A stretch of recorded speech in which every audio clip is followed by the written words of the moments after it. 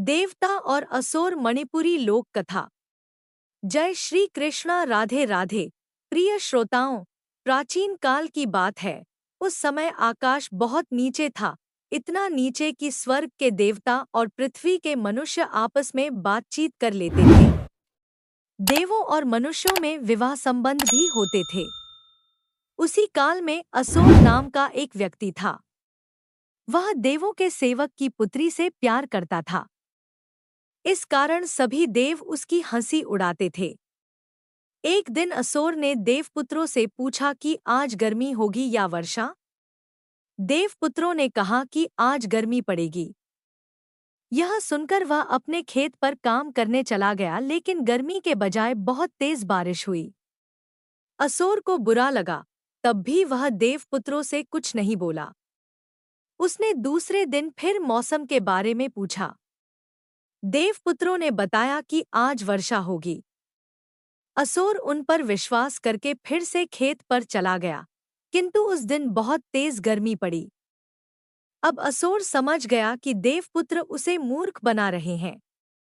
वह बहुत क्रोधित हुआ और बदला लेने का विचार करने लगा। एक दिन जब बहुत कड़ी धूप निकली थी, तो असुर ने घास-फूस इकट्ठा करके आग जलानी शुरू कर दी। इससे ऊपर रहने वाले देव परेशान हो गए। वे असुर से बोले, तुम आग मत जलाओ, हम लोग धुएं और गर्मी से मरे जा रहे हैं। असुर ने उत्तर दिया, तुम लोग मनुष्यों को मूर्ख बनाते हो, इसलिए मैं आग जलाना बंद नहीं करूंगा। तुम लोग चाहे जो करो। असुर के उत्तर से नाराज होकर सभी देवता ऊपर उड़ गए। तब से आकाश और स्वर्ग धरती से बहुत दूर हो गए। नाराज देवताओं ने कई वर्ष तक पृथ्वी पर पानी नहीं बरसाया। इससे असुर का बुरा हाल हो गया। एक दिन उसके यहाँ खाना पकाने तक के लिए पानी नहीं था, किंतु सभी नदी नाले और तालाब सूख गए थे। वह निराश होकर घर की ओर लौटने लगा। तभी उसने देखा कि उसके मुर्गे के पंख पानी से भीगे हुए हैं। अगले दिन वह छिपकर मुर्गे के पीछे गया। मुर्गा एक तालाब पर पहुंचा और नहाने लगा। असुर यह देखकर बहुत खुश हुआ।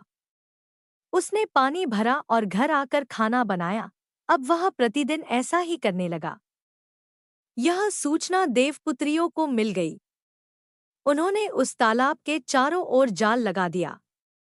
अगले दिन जब असुर पानी भरने पहुंचा तो जाल में फंस गया। देवपुत्रियों ने उसे स्वर्ग में खींच लिया। वे उसे देवताओं के राजा के पास ले गईं। राजा ने देखा कि असुर बहुत कमजोर हो गया है, अतः उसने आदेश दिया कि उसे अच्छी अच्छी चीजें खिलाई जाए। असुर को अच्छा भोजन मिलने लगा। वह जल्दी ही हृष्टपुष्ट हो गया। थोड़े दिनों बाद उहोम्बा नामक त्योहार आया। स्वर्ग के सभी लोग लकड़ियां काटने जंगल चले गए। असुर वहीं रह गया। जब उसका मन नहीं लगा तो वह घूमने निकल पड़ा। घूमते घूमते वह एक बुढ़िया के घर पहुंच गया। बुढ़िया ने उससे पूछा, बेटा, तुम कौन हो?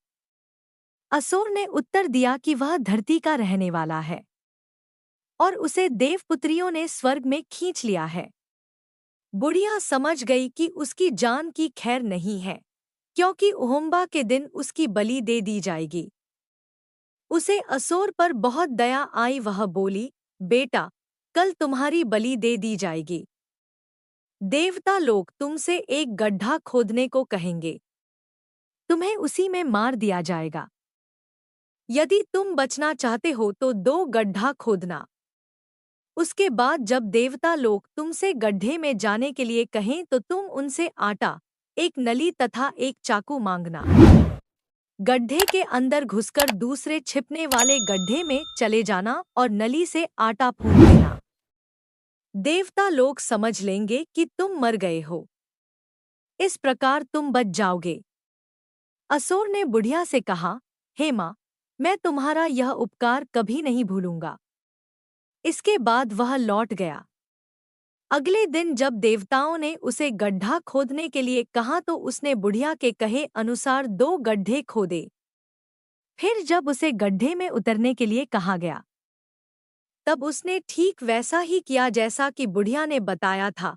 नली से आटा फूंक दिए जाने के कारण देवताओं ने उसे मृत समझ लिया और सभी देवता अपने अपने घर लौट आए। इधर असुर रात के समय गड्ढे से बाहर निकल आया। वह सीधा बुढ़िया के घर पहुंचा। बुढ़िया उसे देखकर बहुत प्रसन्न हुई। असुर को बुढ़िया के घर ही उसकी अपनी प्रेमिका मिल गई। दोनों प्रेमी प्रेमिका खुश हो गए।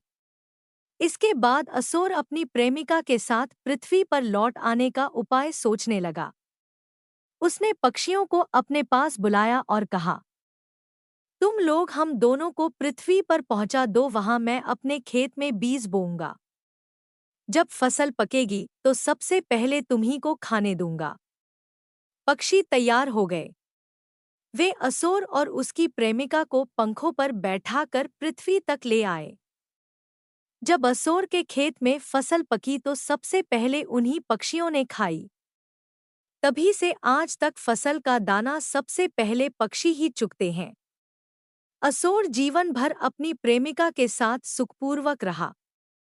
प्रिय श्रोतों, अगर यह कहानी आपको अच्छी लगी हो तो नीचे कमेंट बॉक्स में ज़रूर बताइएगा और चैनल पर नए हैं तो सब्सक्राइब ज़रूर कर लीजिएगा। धन्यवाद।